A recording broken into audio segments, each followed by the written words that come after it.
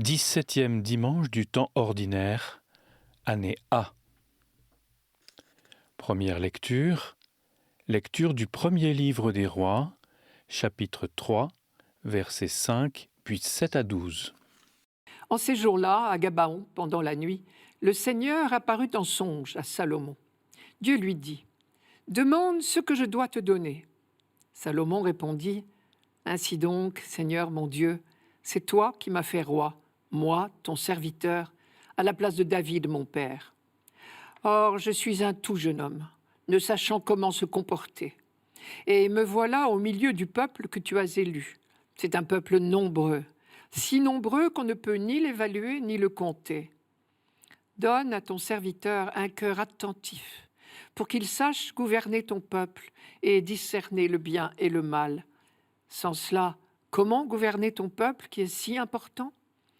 Cette demande de Salomon plut au Seigneur, qui lui dit, « Puisque c'est cela que tu as demandé, et non pas de longs jours, ni la richesse, ni la mort de tes ennemis, mais puisque tu as demandé le discernement, l'art d'être attentif et de gouverner, je fais ce que tu as demandé. Je te donne un cœur intelligent et sage, tel que personne n'en a eu avant toi et que personne n'en aura après toi. » Salomon fut le successeur de David, vous le savez, sur le trône de Jérusalem, à une époque où toutes les tribus d'Israël étaient réunies sous une même couronne. On situe ce règne du premier roi Saül dans les années 1030 à 1010 environ, puis celui de David de 1010 à 973 et celui de Salomon de 973 à 933. Le texte du livre des rois que nous lisons aujourd'hui nous rapporte la première grande cérémonie de son règne. Le roi, fraîchement couronné, s'est rendu en pèlerinage au sanctuaire de Gabaon, à quelques kilomètres de Jérusalem, pour y offrir un sacrifice. 1000 animaux, précise le texte. Et là, il prononce la fameuse prière, qui est restée dans la mémoire d'Israël comme un modèle. Mais pour comprendre les enjeux de ce texte, il faut relire le contexte. Car à ne lire que ces seules lignes, on risquerait d'orner Salomon de toutes les qualités. Or, la réalité est moins flatteuse. Son accession au trône avait été émaillée de péripéties peu vertueuses, intrigues politiques et assassinats compris. 3 frères aînés au moins briguaient la place, car David avait plusieurs autres fils nés de mères différentes, plus âgés que Salomon. Ses chances de parvenir au trône étaient donc des plus minimes. Les luttes fratricides des aînés se chargèrent de déblayer le terrain. Et sa mère Bethsabée fit le reste. Au moment où Adonias, le survivant des 3 aînés, savourait déjà sa victoire, elle s'arrangea pour le griller de vitesse. Salomon fut sacré en grande précipitation à la source de Gihon. Et le peuple, prêt à tout, acclama ce nouveau roi comme il aurait acclamé l'autre. Salomon était parvenu à ses fins. Il était sur le trône. Il ne restait plus qu'à liquider ses opposants, ce qu'il fit sans tarder. Ce n'était donc pas apparemment un grand saint qui se présentait devant Dieu. Et si sa sagesse est proverbiale, on voit qu'elle ne lui est pas venue tout de suite. Elle fut pour lui un don de Dieu. Celui qui écrit notre texte compte bien que nous retenions cette vérité élémentaire. Salomon savait que maintenant il fallait régner, ce qui était bien difficile. Et c'est là qu'il fit preuve d'un commencement de sagesse et de lucidité. Car ce jeune roi, et c'est là tout son mérite, avait compris au moins une chose. Première leçon de ce texte, c'est que la sagesse est le bien le plus précieux du monde. Jésus, dans la parabole de Matthieu, parlait de trésors cachés dans un champ et de perles. Et que Dieu seul détient les clés de la vraie sagesse. Ainsi, la prière de Salomon au sanctuaire de Gabaon était un modèle d'humilité et de confiance. La deuxième leçon de ce passage concerne les rois d'abord, mais aussi tous les détenteurs d'un pouvoir quel qu'il soit. Ce qui est remarquable dans la prière de Salomon, c'est que sa démarche, sa demande, si vous préférez, vise exclusivement le service du peuple. Il ne demande rien pour lui-même personnellement. Il demande seulement les capacités nécessaires pour exercer la mission que Dieu lui a confiée. Le jeune roi prouve ici qu'il a parfaitement intégré l'idéal monarchique prescrit par Dieu à David, par l'intermédiaire du prophète Nathan. En Israël, en effet, dès le tout début de la royauté, les prophètes, les uns après les autres, rappellent à tous les rois qu'ils ne doivent avoir qu'un souci en tête, à savoir le bonheur et la sécurité du peuple qui leur est confié. La réponse de Dieu maintenant insiste sur ce désintéressement tout à fait remarquable de la prière de Salomon. Je vous la rappelle. Puisque tu ne m'as demandé ni de longs jours, ni la richesse, ni la mort de tes ennemis. Là, il y a peut-être une pointe d'ironie. Dieu n'ignorait pas que Salomon s'en était fort bien occupé lui-même. Je continue. Mais puisque tu as demandé le discernement, l'art d'être attentif et de gouverner, je fais ce que tu as demandé. Je te donne un cœur intelligent et sage, tel que personne n'en a eu avant toi et que personne n'en aura après toi. Voilà qui dépasse toutes les espérances du jeune roi. Et Dieu ne s'arrête pas là. La liturgie, malheureusement, ne nous fait pas entendre la suite, qui est pourtant une bien belle leçon sur la générosité de Dieu. Je continue le texte. Et même ce que tu n'as pas demandé, dit Dieu, je te le donne, et la richesse et la gloire, de telle sorte que durant toute ta vie, il n'y aura personne comme toi parmi les rois. Belle révélation pour nous. Ce n'était pas un grand saint qui se présentait devant Dieu, mais parce qu'il a prié humblement, il a été comblé. Cela fait penser à un certain publicain de la parabole de Saint Luc. Enfin et surtout, nous découvrons une fois de plus, grâce à Salomon, que Dieu continue à donner et à pardonner, quel que soit notre passé, si peu vertueux soit-il. Ainsi, nous vérifions le sens du mot « pardon ». C'est le don qui passe par-dessus toutes les offenses. Le psaume 118. Mon partage, Seigneur, je l'ai dit, c'est d'observer tes paroles. Mon bonheur, c'est la loi de ta bouche, plus qu'un monceau d'or ou d'argent. Que j'ai pour consolation ton amour, selon tes promesses à ton serviteur. Que vienne à moi ta tendresse et je vivrai. Ta loi fait mon plaisir. Aussi j'aime tes volontés, plus que l'or le plus précieux. Je me règle sur chacun de tes préceptes. Je hais tout chemin de mensonge. Quelle merveille tes exigences, aussi mon âme les garde. Déchiffrer ta parole illumine et les simples comprennent. Dans la première lecture, nous avions vu que Salomon, tout au moins au début de son règne, avait tout compris. La vraie sagesse est le trésor le plus précieux et elle ne peut venir que de Dieu. Dans ce psaume, c'est la même méditation qui continue. Mon bonheur, c'est la loi de ta bouche, plus qu'un monceau d'or ou d'argent. Et le bonheur, d'après ce psaume, c'est donc tout simple.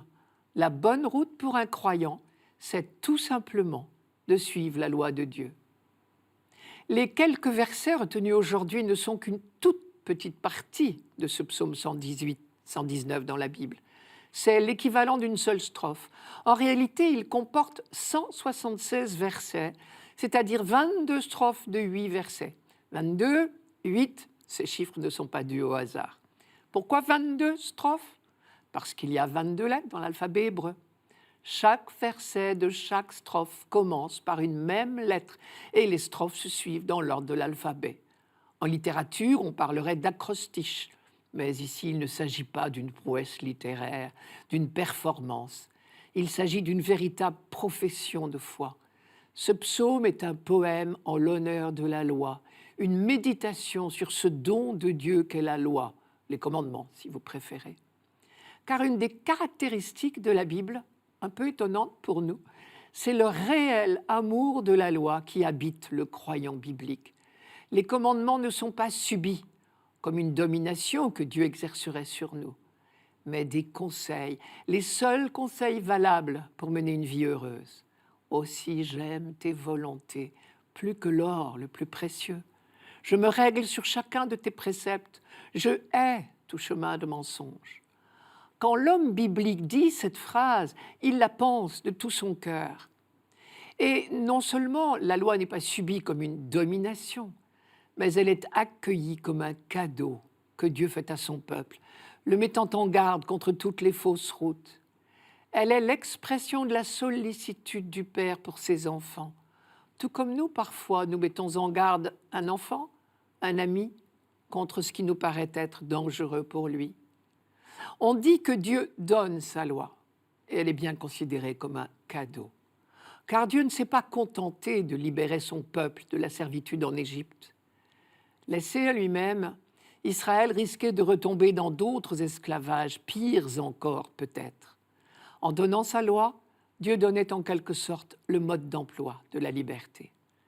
La loi est donc l'expression de l'amour de Dieu pour son peuple.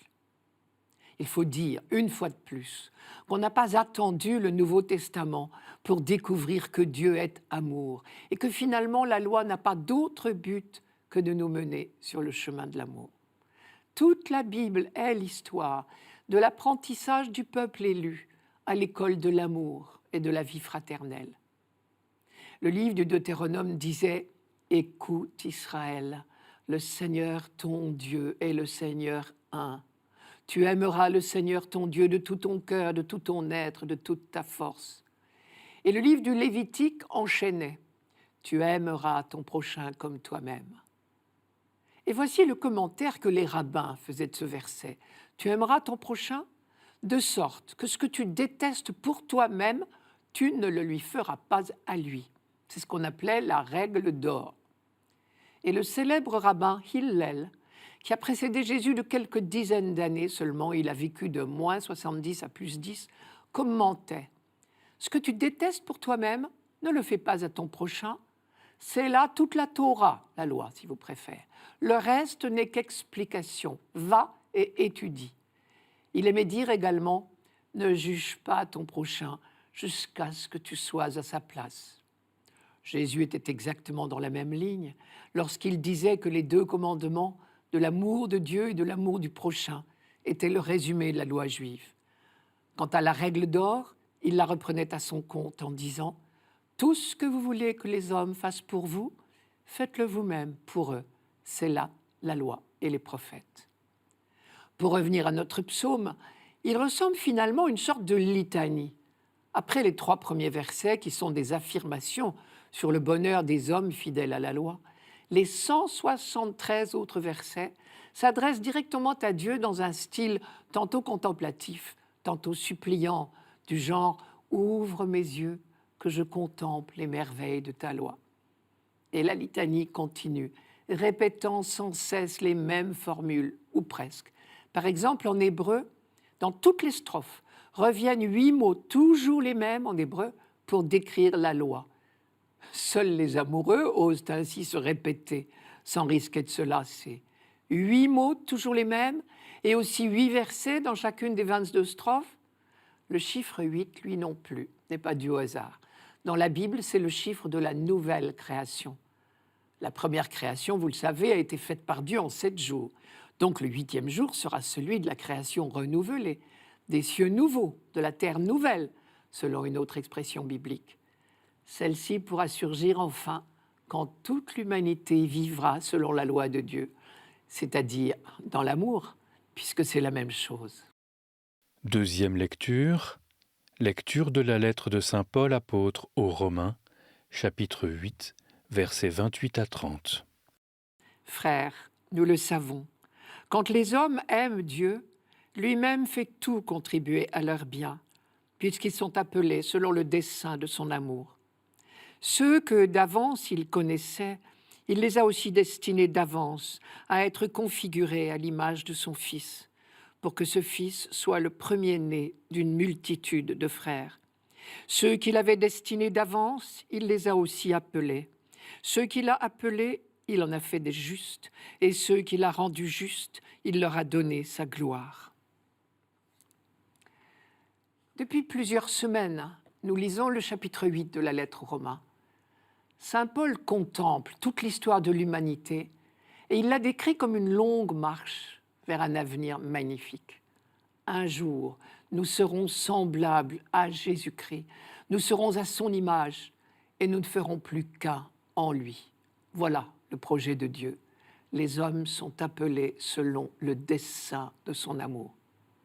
Ailleurs, dans la première lettre aux Thessaloniciens, Paul dit plus simplement encore « Dieu vous appelle à son royaume et à sa gloire. » Nous sommes donc en chemin vers cette transformation de tout notre être, ce façonnage, pourrait-on dire, qui nous modèlera à l'image de Jésus-Christ. Plus haut, dans la lettre aux Romains, Paul comparait ce processus de transformation à une naissance. La création tout entière passe par les douleurs d'un enfantement qui dure encore, disait-il. Ici, l'image est plutôt celle de l'entrée dans une grande famille. Dieu nous a destinés à être configurés à l'image de son Fils pour que ce Fils soit le premier-né d'une multitude de frères. Quelques lignes auparavant, sur le même registre, il avait employé à notre sujet l'expression « enfant de Dieu ». Et il avait continué « enfant et donc héritier, héritier de Dieu, co-héritier du Christ ». Pour entrer dans cette famille, la porte est ouverte à tous, mais nous restons libres. À l'appel de Dieu, à sa proposition de participer au grand projet, au dessein de son amour, pour reprendre l'expression de Paul, nous répondons par la foi, la confiance. Nous disons volontiers l'homme propose, Dieu dispose, mais il me semble que Paul nous dit juste l'inverse. Dieu propose, l'homme dispose, car Dieu ne nous impose pas son projet, il nous le propose. Et c'est pourquoi, depuis les origines de la révélation, on entend Dieu appeler l'homme et lui proposer son alliance. Un peu comme si Dieu inlassablement répétait « Aime-moi, fais-moi confiance puisque je t'aime ». Paul nous dit en quelque sorte « Dieu ne vous force pas la main, mais si vous décidez de lui faire confiance, de le laisser mener votre vie, soyez bien certain qu'il fera progresser son dessein en vous et par vous. » Dans le passage aujourd'hui de cette lettre aux Romains, notre liberté d'adhérer ou non au projet de Dieu est dite par cette phrase « Quand les hommes aiment Dieu, lui-même fait tout contribuer à leur bien, puisqu'ils sont appelés selon le dessein de son amour. » Le mot choisi ici par Paul « aime » dit la réponse libre de l'homme à la proposition, à l'appel de Dieu. Ce n'est pas un sentiment, c'est un élan, c'est l'adhésion de la foi. Il reste que les formules de Paul peuvent prêter à confusion.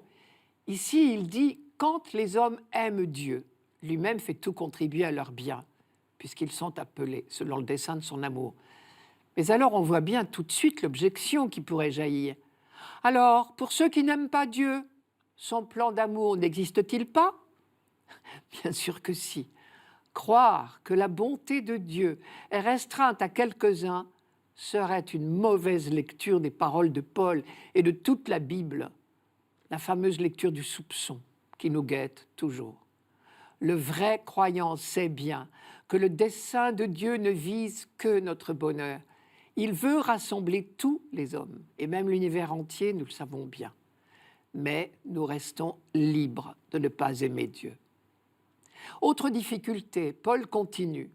Ceux que d'avance il connaissait, il les a aussi destinés d'avance à être configurés à l'image de son Fils. Et à plusieurs reprises, il emploie cette expression, ceux qu'il avait destinés d'avance, ceux qu'il a appelés, ceux qu'il a rendus justes. N'imaginons pas qu'il y aurait les privilégiés, les chanceux et les autres. Dieu ne fait pas des choix comme les hommes peuvent en faire.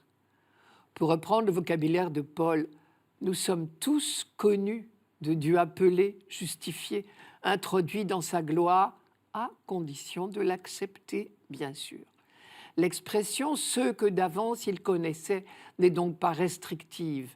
Elle désigne sans limitation tous ceux qui acceptent d'entrer dans le projet de Dieu. Par ces formulations successives, ceux qu'il avait destinés d'avance, ceux qu'il a appelés, ceux qu'il a rendus justes, Paul décrit tout simplement l'itinéraire de tous ceux qui veulent bien entrer dans ce merveilleux plan de salut. En premier lieu, Dieu a envoyé son Fils. C'est lui qui est le commencement, premier-né d'entre les morts, afin de tenir en tout, lui, le premier rang, comme dit la lettre aux Colossiens. Ainsi, ceux qui répondent à l'amour de Dieu ressemblent à ce Fils qui a réalisé la volonté de salut du Père. Ceux qu'il avait destinés d'avance, il les a aussi appelés. Ceux qu'il a appelés, il en a fait des justes. Et ceux qu'il a rendus justes, il leur a donné sa gloire. Manière de dire que cette rencontre les a mis en harmonie parfaite avec Dieu, c'est le sens du mot justifié, rendus participants de sa nature divine, sanctifiés, et d'ores et déjà accueillis dans sa gloire, glorifiés. Pas étonnant que Paul écrive dans le verset qui suit immédiatement cette contemplation, je terminerai par là, mais que dire de plus ? Évangile de Jésus-Christ selon saint Matthieu, chapitre 13, versets 44 à 52. En ce temps-là, Jésus disait à la foule ces paraboles. Le royaume des cieux est comparable à un trésor caché dans un champ. L'homme qui l'a découvert le cache de nouveau. Dans sa joie, il va vendre tout ce qu'il possède et il achète ce champ. Ou encore, le royaume des cieux est comparable à un négociant qui recherche des perles fines. Ayant trouvé une perle de grande valeur, il va vendre tout ce qu'il possède et il achète la perle. Le royaume des cieux est encore comparable à un filet que l'on jette dans la mer et qui ramène toutes sortes de poissons. Quand il est plein, on le tire sur le rivage, on s'assied, on ramasse dans des paniers ce qui est bon et on rejette ce qui ne vaut rien. Ainsi en sera-t-il à la fin du monde. Les anges sortiront pour séparer les méchants du milieu des justes et ils les jetteront dans la fournaise. Là, il y aura des pleurs et des grincements de dents. Avez-vous compris tout cela ? Ils lui répondent « Oui ». Jésus ajouta « C'est pourquoi tout scribe, devenu disciple du royaume des cieux, est comparable à un maître de maison qui tire de son trésor du neuf et de l'ancien. » Voici 4 petites paraboles que Jésus développe pour parler du royaume des cieux. Mais en dehors de ce point commun qu'il annonce lui-même, on se demande quel est le lien entre elles. Les 2 premières semblent assez facilement compréhensibles. Qu'il s'agisse du trésor caché dans le champ ou de la perle rare, le bénéficiaire est prêt à sacrifier tout ce qu'il possède. Et la joie qu'il en éprouve compense largement la perte du reste. La 3e parabole raconte un retour de pêche. Il y a du tri à faire dans le filet. On ramasse dans des paniers ce qui est bon et on rejette ce qui ne vaut rien. Et Jésus ajoute « Ainsi en sera-t-il à la fin du monde. Les anges sortiront pour séparer les méchants des justes. » À noter que Jésus a déjà développé cette même image du tri, avec la même formule, dans la parabole du bon grain et de l'ivraie. Et nous avions noté que bons et méchants ne sont pas 2 catégories distinctes d'hommes, mais des comportements. Ce rappel du jugement comparé à un tri sans appel dit la gravité des enjeux. Et nous retrouvons là, en définitive, un thème très fort de l'enseignement de Jésus. Nul ne peut servir 2 maîtres. Ou encore l'image de la porte étroite, ou celle de la maison bâtie sur le roc. Et ces choix que nous avons à faire sont d'une extrême gravité. La sévérité de l'image du jugement est là, pour nous le rappeler. Cela nous fait penser à la toute première prédication de la vie publique de Jésus. Il disait « Convertissez-vous, le règne des cieux s'est approché ». Et au jeune homme riche de biens matériels et spirituels, qui vient lui demander « Maître, que dois-je faire de bon pour avoir la vie éternelle ?» Jésus répond « Si tu veux être parfait, va, vends ce que tu possèdes, donne-le aux pauvres, et tu auras un trésor dans les cieux, puis viens, suis-moi. » Mais on connaît la suite. Le jeune homme n'a pas compris le trésor que représentait cet appel de Jésus, et il n'a pas du coup trouvé la force du renoncement. Et il s'en est retourné à sa vie ordinaire, tout triste. On voit tout de suite, bien sûr, les exigences que Jésus pose ici pour notre vie de baptisé. À l'entendre, il n'y a pas de demi-mesure. Cela veut dire que tout, désormais, dans nos vies, se juge à la lumière du royaume de Dieu. Réintroduire dans nos pensées, nos jugements, nos comportements, une référence au royaume de Dieu qui vient, disait Monseigneur Coffey, est aujourd'hui une tâche essentielle de l'Église. Ce sont ces 3 premières paraboles qui permettent de comprendre la 4e, car c'est là que Jésus voulait en venir. Elle est précédée d'un court dialogue entre Jésus et ses disciples, Avez-vous compris tout cela ? Leur demande-t-il, et eux répondent oui. Alors Jésus reprend. C'est ainsi que tout scribe devenu disciple du royaume des cieux est comparable à un maître de maison qui tire de son trésor du neuf et de l'ancien. Les scribes étaient familiers des Écritures, vous le savez, c'est-à-dire de l'Ancien Testament, pétris de la foi et de l'espérance de leur peuple. Mais Jésus savait quel effort ils auraient à faire pour accueillir la nouveauté qu'il apportait par rapport à leurs idées préconçues et pour se mettre au diapason de Dieu. Il les met en garde d'une certaine manière. Pour accueillir le royaume, vous aurez vous aussi des renoncements opérés. Vous allez devenir propriétaire d'un trésor fait de neuf et d'ancien.